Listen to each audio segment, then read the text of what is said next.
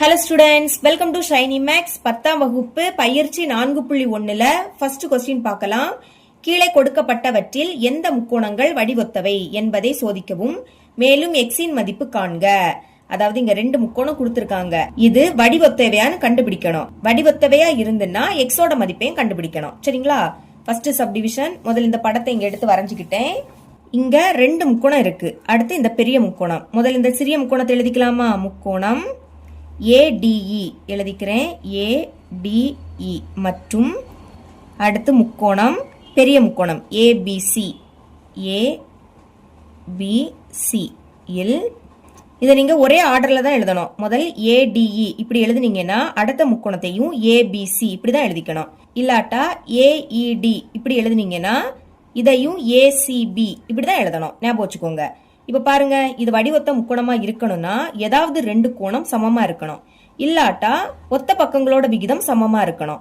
இப்ப பாத்தீங்கன்னா இந்த சிறிய முக்கோணத்திலையும் கோணம் A இருக்கு, பெரிய முக்கோணத்திலையும் கோணம் A இருக்கு. அப்ப இந்த கோணம் A பொதுவானது. எழுதிக்கலாமா?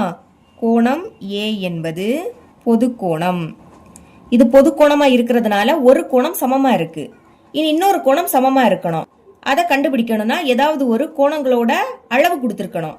ஆனா இங்க கொடுக்கல. அப்போ ஒத்த பக்கங்களோட விகிதம் சமமா வரதான்னு பார்க்கலாமா? ஃபர்ஸ்ட் AD இதை எடுத்து எழுதிக்கிறேன்.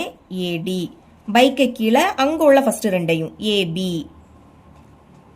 இப்ப இதை கண்டுபிடிக்கலாம். AD இதோட மதிப்பு என்னது? 3 பை AB இதுல AD இருக்கு, DB இருக்கு. நம்மளுக்கு மொத்த மதிப்பு வேணும்னா இதை ரெண்டையும் கூட்டணும். Aல இருந்து D 3, Dல இருந்து B 5. இதை கூட்டினா என்ன கிடைக்கும்? 8ன்னு கிடைக்கும். 3ஐயும் 5ஐயும் கூட்டினா 8. இது இப்படி இருக்கட்டு. இனி அடுத்து DE, அடுத்து BC. லாஸ்ட்ல உள்ள ரெண்டையும் எடுத்துக்கணும். ஆனா நமக்கு DEயோட மதிப்பும் BCயோட மதிப்பும் கொடுக்கல. அதனால நீங்க அதை சால்வ் பண்ணாண்டா. இனி ஃபர்ஸ்ட் உள்ளதும் லாஸ்ட் உள்ளதும் AE எழுதிக்கிறேன். அதோட மதிப்பு கொடுத்துருக்கு. அப்ப அதை கண்டுபிடிக்கலாம். பை இங்கேயும் ஃபர்ஸ்டும் லாஸ்டும் AC. இதுக்கு மதிப்பு கண்டுபிடிச்சு ரெண்டுமே சமமா வந்துன்னா வடிவொத்தவை அப்படின்னு எழுதிக்கலாம். AE பாருங்க, AE இதோட மதிப்பு 2 பை இனி AC. அப்போ AE 2, EC 3.5. இது ரெண்டையும் கூட்டணும். 2ஐயும் 3.5 கூட்டினா என்ன கிடைக்கும்? 5.5. முதல் நம்பரை கூட்டுங்க. 2ஐயும் 3ஐயும் கூட்டினா 5. அடுத்து இந்த அரையை அப்படியே எடுத்து இங்க எழுதிக்கணும். சமம் இனி 2 பை இது கலப்பு பின்னத்துல இருக்கு. இதை தகா பின்னமா மாத்தணும்னா என்ன பண்ணணும்? கீழே உள்ள 2ஐயும் இந்த 5ஐயும் பெருக்கணும். 2 10 பெருக்கி மேல உள்ளதை கூட்டணும். 2ஐயும் 5ஐயும் கூட்டினா 10. 10க்கு கூட இந்த 1 கூட்டினா 11. இனி பைக்கு கீழே என்னது இருக்கு? 2. அது அப்படியே வந்துடும். இனி மேல 2 இருக்கு. இப்ப இது பின்னமா? பைக்கு கீழே பின்னம் இருந்துன்னா பெருக்கல் போட்டுக்கிட்டு அதை தலைகீழா எழுதணும். கீழே உள்ள 2 மேலையும் மேல உள்ள 11 கீழே வந்துடும். இப்ப இதை கேன்சல் பண்ண முடியாது. அப்ப மேல உள்ளதை பெருக்கிருங்க. 2 4 பைக்கு கீழே 11. இதுதான் இதோட மதிப்பு. பாருங்க, 3 பை 8 4 பை 11 சமம் இல்ல. எழுதிக்கலாம். இங்கு AD by AB not equal to, ரெண்டுமே சமம் இல்ல, அதனால நாட் ஈக்குவல் டு இந்த எடுத்து எழுதிருங்க. AE சமமா இல்லாததுனால இது வடிவொத்தவை அல்ல. எழுதிக்கலாம். therefore முக்கோணம் ADE ஆனது முக்கோணம் ABCக்கு வடிவொத்தவை அல்ல. வடிவொத்தவையா இருந்தாதான் எக்ஸோட மதிப்பு கண்டுபிடிக்கணும். செகண்ட் சப்டிவிஷன் பார்க்கலாம். இங்கேயும் ரெண்டு முக்கோணம் இருக்கு. ஃபர்ஸ்ட் இந்த சிறிய முக்கோணத்தை எழுதிக்கலாமா? முக்கோணம் PQC மற்றும் முக்கோணம் இனி பெரிய முக்கோணம் ABC இல் C கோணம் பொதுவா இருக்கு. இந்த முக்கோணத்துக்கும் C கோணம் இருக்கு, இந்த முக்கோணத்திலையும் C கோணம் இருக்கு. அப்ப C கோணம் என்பது பொது கோணம். கோணம் C என்பது பொது கோணம். என்ன சொன்னேன்? வடிவொத்த முக்கோணமா இருக்கணும்னா ரெண்டு கோணங்கள் சமமா இருக்கணும். இல்லாட்டா ஒத்த பக்கங்களோட விகிதம் சமமா இருக்கணும். இங்க ஒரு கோணம் சமமா ஆயிடுச்சு. இன்னொரு கோணமும் சமமானு பார்க்கலாமா? இங்க கோணத்தோட அளவு கொடுத்திருக்காங்க. அதனால இதை கண்டுபிடிக்கலாம். இங்க இது 70 டிகிரி. இனி இந்த கோணம் 110 டிகிரி.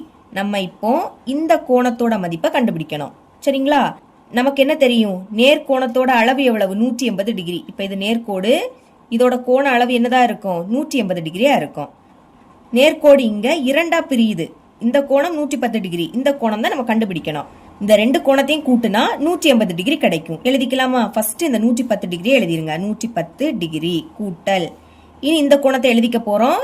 கோணம் PQC, Qல தானே கோணம் அமையுது, அதனால Q நடுவுல வரணும்.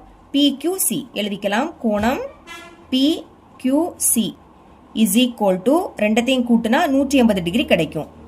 இப்ப இதுதான் வேணும், அதை மட்டும் வச்சுக்கலாம். PQC இஸ் ஈக்குவல் டு இந்த சைடு 180 டிகிரி இருக்கா, முன்னாடி குறியீடு இல்லாட்டா பிளஸ் இருக்குன்னு அர்த்தம். அப்போ பிளஸ் 110 டிகிரி இங்க வந்துனா மைனஸ் 110 டிகிரியா மாறும். கழிங்க, 180ல இருந்து 110 கழிச்சா 70 டிகிரி. இதுதான் கோணம் PQC. அதோட மதிப்பு பாருங்க, இந்த கோணம் 70 டிகிரி, அதே மாதிரி இந்த முக்கோணத்துல இந்த கோணமும் 70 டிகிரி. அப்போ இது ரெண்டுமே சமம். சரிங்களா? அதை எழுதிக்கலாம். therefore கோணம், இந்த கோணம் எழுதணும்னா எப்படி எழுதணும்? ABC, Bல அமையுது, அப்ப அந்த B தான் நடுவுல வரணும். ABC சமம், அடுத்து இந்த கோணம், அதாவது இந்த கோணம் இதை எழுதிருங்க. கோணம் PQC, ரெண்டு கோணமுமே 70 டிகிரி. முதல் ஒரு கோணம் பொது கோணம், அப்ப அது சமம். சரிங்களா? இனி இந்த ரெண்டு கோணமும் சமம். அப்ப இங்க இந்த ரெண்டு முக்கோணத்துக்கும் இரண்டு கோணங்கள் சமமா இருக்கு, அதனால இது வடிவொத்தவை. எழுதிக்கலாம். எந்த விதிப்படினா AA விதிப்படி, அதாவது A அப்படின்னா ஆங்கிள். சரிங்களா? கோணம் கோணம் விதிப்படி இது வடிவொத்தவை. அதை எழுதிக்கலாம். முக்கோணம் ABC வடிவொத்தவை அப்படின்னா இப்படி போட்டுக்கணும். அடுத்து சிறிய முக்கோணம், முக்கோணம் PQC இது வடிவொத்தவை அப்படின்னு கண்டுபிடிச்சாச்சு. இனி நம்ம இந்த எக்ஸ் இதோட மதிப்பை கண்டுபிடிக்க போறோம். சரிங்களா? வடிவொத்தவையா இருந்துன்னா ஒத்த பக்கங்களோட விகிதம் சமமா இருக்கும். அதாவது PQ ஃபர்ஸ்ட் இது ரெண்டையும் எடுத்துக்கணும். PQ பை இங்கே முதல் ரெண்டும் AB சமம்.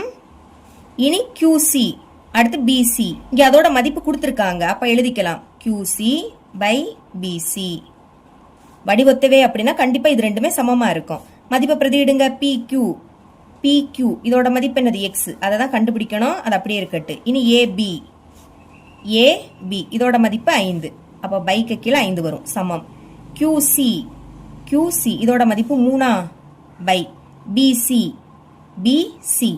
Bல இருந்து Q 3, Qல இருந்து C 3. இது மொத்தமும் வேணும்னா இது ரெண்டையும் கூட்டணும். 3 கூட்டினா 6 கிடைக்குமா? இப்ப இது ரெண்டுமே 3ஆம் வாய்ப்பாடு கேன்சல் ஆகும். 1 3 3 ஈர் 3 6. இனி எக்ஸ் தான் வேணும், அப்ப எக்ஸை மட்டும் வச்சுக்கோங்க. அங்க மேல பாக்கி 1 இருக்கு, கீழே 2 இருக்கு. இந்த 5 இங்க வகுத்தல்ல தானே இருக்கு, அங்க போச்சுன்னா பெருக்கலா மாறும். அப்ப பெருக்கல் போட்டுக்கிட்டு 5 எடுத்து எழுதிருங்க. இனி பெருக்குங்க. ஓர் 5 5, பைக்கு கீழே 2 இருக்கு. இனி இதை வகுக்கணும்.